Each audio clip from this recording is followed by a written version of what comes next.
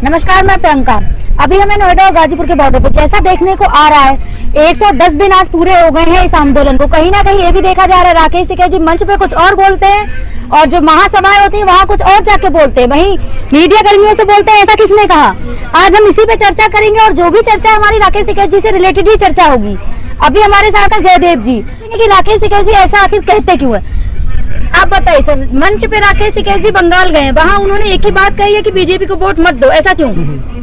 तो फिर कानून पास किसने किए हैं? कांग्रेस ने किए हैं।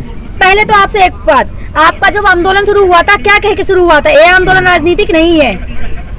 आप मुझे बताइए, राजनीतिक नहीं है। राजनीतिक का मतलब क्या है कि यहाँ पे जो आंदोलन चल रहा है स्टेज पे या कहीं भी आके किसी भी पार्टी का वक्ता है। मेरे क्वेश्चन का आंसर ठीक से वहाँ बंगाल जाके ये क्यों बोलना कि बीजेपी को वोट मत दो? सुन लो ना मेरी बात, बीच में घोड़ा मत छोड़ो। मैं क्या कह रहा हूँ कि कोई भी पार्टी का नुमाइंदा हो यहाँ पे आके बोलेगा नहीं, कार्यकर्ता कोई कुछ पार्टीबाजी नहीं होगी यहाँ पे। वोट बैंक का चक्कर नहीं होगा। मतलब वोट बैंक तो चली रही है, किसान की बात होगी। कहीं ना कहीं ये देखा जा रहा है कि किसानों के कंधे पे बंदूक रख के राकेश टिकैत जी अपनी राजनीतिक रोटियां सेक रहे हैं। या मुझे वो मैं क्या करूँ, यहाँ पे आके कोई राजनीति की बात नहीं होगी। बाकी तो आपने मैंने बताया ना, कानून कहाँ पास हुआ? पार्लियामेंट में। सत्ता किसकी है? बीजेपी की। तो बीजेपी को हराना पड़ेगा। सांप की पूंछ काटने से कुछ नहीं होगा। ये तो पूंछ काटने का काम है, जो हम कर रहे हैं पूंछ काटने का काम है कि कानून वापस हो जाए। वो तो पूंछ कटेगी ना, पूरा सांप का मरेगा। क्योंकि अगर ये कानून वापस हो गए तो कोई दूसरा रास्ते से नहीं ले आएंगे। सरकार तो उनकी है ना, कोई और रास्ता ढूंढ लेंगे। तो पूंछ काटने से कुछ नहीं होगा, सांप को मारना पड़ेगा। तो सांप को मारने के लिए हम हर वो काम करेंगे जो करना चाहिए। इसलिए बंगाल में गए संयुक्त किसान मोर्चा की टीम। आपसे सर एक क्वेश्चन, राकेश टिकैत जी ने परसों ही मंच पर भाषण देकर कहा है कि टेंट में आग लग सकती है, पथराव हो सकता है, तो क्या उन्हें पहले से पता है कि यहाँ पे ये सब हो सकता है? बिल्कुल पहले से पहला इस प्रकार का मामला हो चुका है और अब तो राकेश टिकैत जी, नरेश टिकैत जी अलग अलग पंचायतें कर रहे हैं। कोई संयुक्त किसान मोर्चे का जिम्मेदार व्यक्ति फिलहाल यहाँ पर है नहीं, तो उन्होंने अपने किसानों को कहा कि फिलहाल आप सभी राकेश टिकैत हो, आप सभी नरेश टिकैत हो, आपकी अपनी जिम्मेदारी है कि चारों तरफ निगरानी रखें ताकि 28 तारीख जैसा हादसा दोबारा यहाँ पर ना हो जाए। ये भी देखने को आ रहा है आंदोलन को एक नया रूप मिल गया है। एसएससी के स्टूडेंट का साथ यहाँ मिला है आंदोलनकारियों को। एसएससी के स्टूडेंट्स को किसानों ने यहाँ पर बुलाया क्योंकि किसान तो यहाँ पर थे लेकिन साथ की उन्हें आवश्यकता थी। एसएससी के स्टूडेंट्स ने फार्मर्स को नहीं, फार्मर्स ने एसएससी के स्टूडेंट्स को यहाँ पर बुलाया और उन्हें कहा कि आप पिछले 1.5 महीने से आपके रहने खाने पीने, उनके साथ महिलाएं भी हैं, सड़कों पर सो रही हैं, जो उनके साथ उत्पीड़न हो रहा है। किसानों ने कहा है, खासकर जो युवा किसान है, पूरे यूथ ने इकट्ठा होकर उनको बोला कि आप यहाँ पर आइए, आपकी लड़ाई, आपकी लीडरशिप, आपका नेतृत्व यहाँ संयुक्त किसान मोर्चा के मंच के माध्यम से होगा और आपकी लड़ाई हम लड़ने का काम करेंगे। आप बताइए, आंदोलन कहीं ना कहीं राजनीति नहीं रूप ले रहा है? पूरा रूप ले ही चुका है राजनीति अब तो। देखिए, इस देश में कहाँ राजनीति नहीं हो रही, घर से लेकर सड़क तक। पहले तो आपने जब आंदोलन स्टार्ट किया था तो क्या कहा गया था? ये आंदोलन आंदोलन अराजनीतिक ही है, लेकिन आंदोलन अब एक व्यवस्था। आपने अभी कहा राजनीतिक है, मैं बताऊं ना। बंगाल में जाके राकेश टिकैत जी क्यों कहते हैं ये बात? बंगाल में जाके राकेश टिकैत जी इसलिए कहते हैं क्योंकि हमें अब व्यवस्था परिवर्तन की लड़ाई है। उन्होंने वहाँ पे केवल एमएसपी की बात की है। 2 मिनट। एमएसपी की लड़ाई है, लेकिन साथ ही साथ उन्होंने कहा है कि जो भारतीय जनता पार्टी ने कोरोना काल में जब पूरे देश की जनता सड़कों पर थी, अगर उस समय इस प्रकार के कानून लाने का काम किया और ये जो हमारे किसान भाई अगर ये अपना हक मांगने के लिए सड़कों पर आते हैं, आप इनको दमन कर रहे हो, किसी को दिल्ली हिंसा में फंसा रहे हो, किसी को यहाँ खालिस्तानी पाकिस्तानी आतंकवादी बता रहे हो, तो उन लोगों को रोकने के लिए वहां पर राकेश टिकैत जी ने कहा कि ऐसे काले अंग्रेजों को वोट देने की आवश्यकता नहीं है। वो मामला राजनीतिक नहीं है। जब इस देश का प्रधानमंत्री जो जिसके लिए देश के 135 करोड़ एक समान होने चाहिए, वो बंगाल में जाकर पार्टी विशेष के लिए चुनाव लड़ सकता है। अब की बार मोदी सरकार कहलवा सकता है, क्योंकि प्रधानमंत्री किसी पार्टी विशेष से ऊपर उठ जाते हैं, पूरे देश के होते हैं। वे अखिलेश यादव के भी इतने हैं, ममता बनर्जी के भी इतने हैं, वो विपक्ष के जितने नेता है उन्हीं नेताओं के प्रधानमंत्री अगर वे ही है। अगर वो अपने देश में जाकर विपक्ष वालों को ये कहने का काम करोगे कि दीदी ठीक काम नहीं कर रही, वो काम नहीं कर रही, तो इस देश का किसान नेता भी अपने हक अबूब के लड़ने के लिए बंगाल में जाकर कह सकता है कि ऐसे काले अंग्रेजों को वोट देने से अच्छा है आप विपक्ष को वोट दो। राकेश टिकैत जी बंगाल गए, वहाँ उनका जिस ट्रैक्टर से स्वागत हुआ वो कांग्रेस का था। इस पे क्या कहेंगे आप? देखिए, कहीं ना कहीं कांग्रेस और हम कर रहे तो आप करे तो रामलीला, हम करे तो ट्रैक्टर डील, तो वही बात होगी ना। आप तो राजनीति ही कर रहे हो, कोई भी चीज उठा के देख लो। आपको नहीं दिख रहा है किसान 3 महीने से बैठे हैं, चारों तरफ से दिल्ली को घेर रखा, बॉर्डर पे बैठे हैं, पूरे देश का किसान यहाँ पे है। आप यहाँ नहीं आ सकते, बात नहीं कर सकते। मैंने बोला ना, कोई भी स्थानीय चुनाव होगा ना, आप तो थोड़े से दिन रुक जाओ। अब कोई स्थानीय चुनाव होगा ना, पंचायत को वहाँ भी जाएंगी सरकार, पूरी कैबिनेट मिनिस्ट्री उठ के जाती है। हैदराबाद में कोई चुनाव होता स्थानीय, वहाँ पूरी कैबिनेट मिनिस्ट्री उठ के गई थी। अब बंगाल में सारा जोर लगा रहा है, कुछ दिन पहले बिहार में था। तो ये देश में चुनाव ही हो रहे हैं। कहीं ना कहीं अब जो राकेश टिकैत जी का स्वागत कर रहे हैं कांग्रेस वाले, टीएमसी वाले, कहीं ना कहीं ये देखा जा रहा है जो चौधरी वीरेंद्र सिंह जी ने कहा था कि ये राकेश टिकैत जी के बोल नहीं है, कहीं ना कहीं वो सच लग रहा है। जहाँ पे जिस ट्रैक्टर पे राकेश टिकैत जी बैठे थे, उस पे इस सीट पे राहुल गांधी बैठा था क्या? कांग्रेस का झंडा लगा था आगे उस पे ट्रैक्टर पे।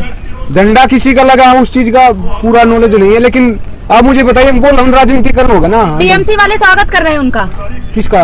राकेश टिकैत जी का। नहीं वो सब करेंगे, बीजेपी वाले भी कर सकते हैं, इसमें क्या दिक्कत है? बात क्या है कि वो भी किसान हो सकता है, जरूरी थोड़ा ना कि बीजेपी का कार्यकर्ता हो किसान ना हो, देश का अभी किसान हो सकता बंगाल में है। इलेक्शन चल रहे हैं और आप बंगाल में जाकर कहते हो कि बीजेपी को वोट ना दो।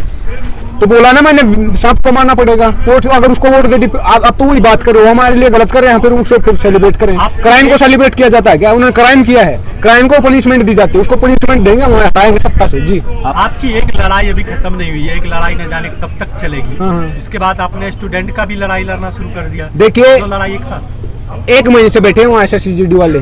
कौन है वो? किसानों के बेटे गाँव से आए हैं। सरकार वोट मांगने जाती है, उनके घर घर जाती है कि वोट देना हमें, क्योंकि सर्वर होते हैं, रिप्रेजेंटेटिव होते हैं, हमारे नुमाइंदे होते हैं, उनको सर्विस का काम होता है, उनको वहीं पे रोजगार दिया जाए, वहीं पे काम दिया जाए। लेकिन वो अपने घर से उठ के इनके घरों में आए हैं, 1 महीने से बैठे हैं, उनके कपड़े उठा लिए, जूते उठा लिए, चप्पलें उठा ली, सड़कों पे सोते हैं, सारे के सारे बीमार हैं, खाने पीने की व्यवस्था नहीं है, टॉयलेट की व्यवस्था नहीं, लड़कियां भी उनके साथ हैं।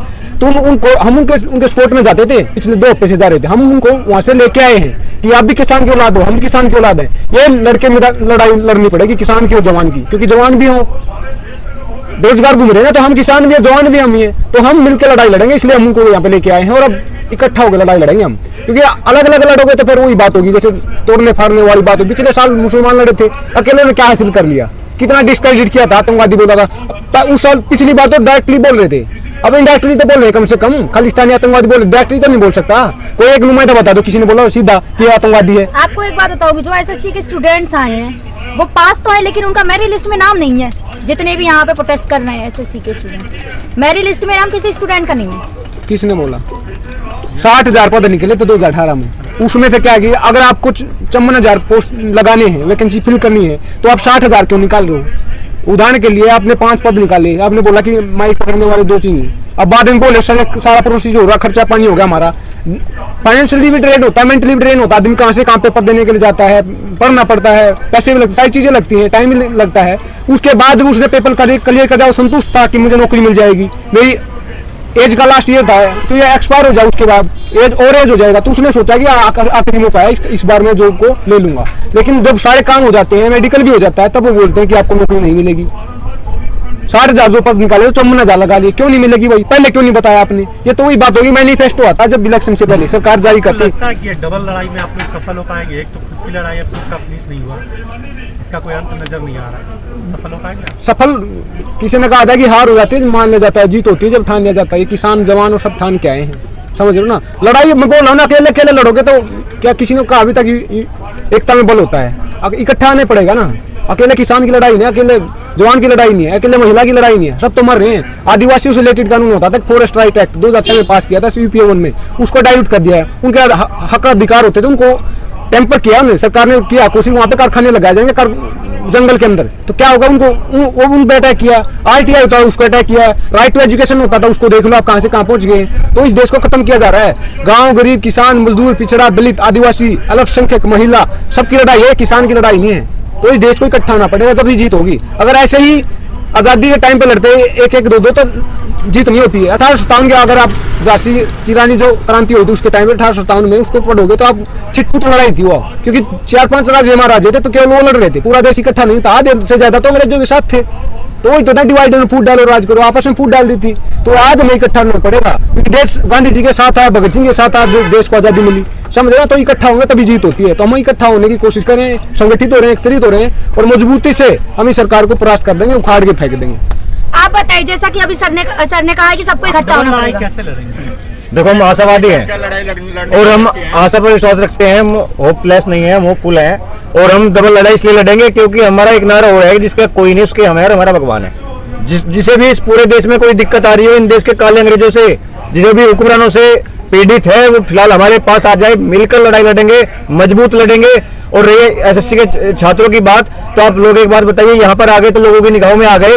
ये पिछले 1.5 माह से दिल्ली की सड़कों पर मारे घूम रहे थे, जंतर मंतर पर लाठियां बरसाई गई, लड़कियों पर लाठी बरसाते टाइम महिला कांस्टेबल को नहीं बुलाया गया। जब महिलाओं को, लड़कियों को गाड़ी में ठूसा गया तो पुरुष ने ठूसा गया। कुछ बच्चों के हाथ टूटे हुए, आप एक बात बताइए, भर्ती मारने के लिए आए, इन्होंने मेडिकल टेस्ट कर दिया और आने वाले समय में अगर कोई ऐसी भर्ती निकलेगी जिसमें ओवरेज ना हो और इनके पुलिस वालों ने इनके लाठी मार मार कर किसी के हाथ तोड़ दिया, किसी का पैर तोड़ दिया, तो आने वाले समय में मेडिकल क्लियर नहीं कर पाएंगे, तो इसके जिम्मेदार कौन होगा? इसके जिम्मेदार देश की हुक्मरान सत्ता में बैठे लोग होंगे, ये प्रशासन में बैठे लोग होंगे, जिन्होंने बर्बरता पूर्वक इन बच्चों पर पिछले 1.5 माह में जहां पर बैठते हैं वही लाठी बरसा देते हैं। आखिर इसका जिम्मेदार कौन होगा? ये भी सोचने विचारने वाली बात होगी। हमने सभी बातें सोच समझ के कि ये लोग, उनके पास खाने पीने की व्यवस्था नहीं थी, बंगला साहिब में रह रहे थे, वहां पर भी पुलिस प्रशासन ने दबाव बनाया, देश के लोगों हुक्मरानों ने दबाव बनवाया कि आप लोग बंगला साहिब से इनको गुरुद्वारे से निकालो, नहीं तो आप पर भी कार्रवाई कर देंगे। इनके पास रोटी खाने के पैसे नहीं थे, सोने के लिए इनके पास जगह नहीं थी, इनके पास हमारी बहन बेटी महिला इनके साथ थी, तो हमने पूरा निर्णय लिया कि हम लोग आपके साथ हैं, क्योंकि हम ही जवान हैं, हम ही किसान हैं, हमारे बच्चे सरहदों पर जाते हैं।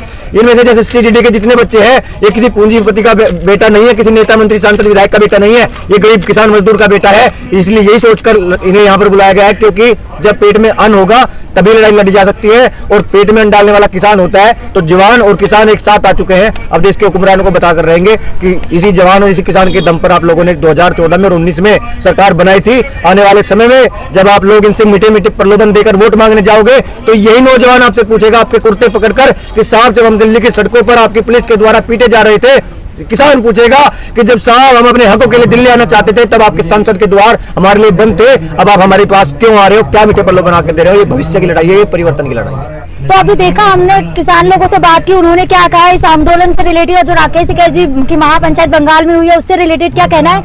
आगे की अपडेट के लिए देखते रहिए द मिथिला।